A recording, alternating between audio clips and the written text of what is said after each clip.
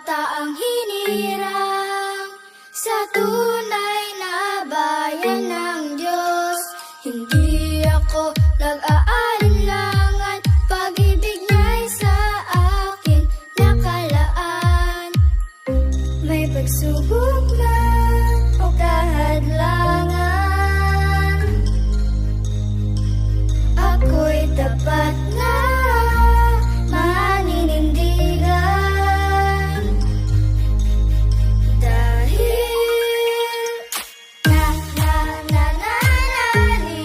nananalig ako sa Iglesia ni Cristo. Matatamo ng tao ang tunay at sakdal na pag-ibig ng Diyos at ni Cristo.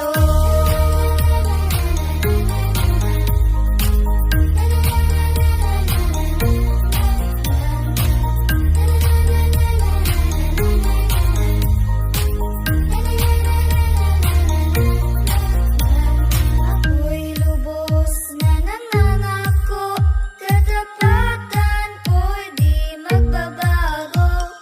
Kahit hanggang sa aking pagtanda, sa paglilingkod di magpapabaya. May pagsubok man o kahit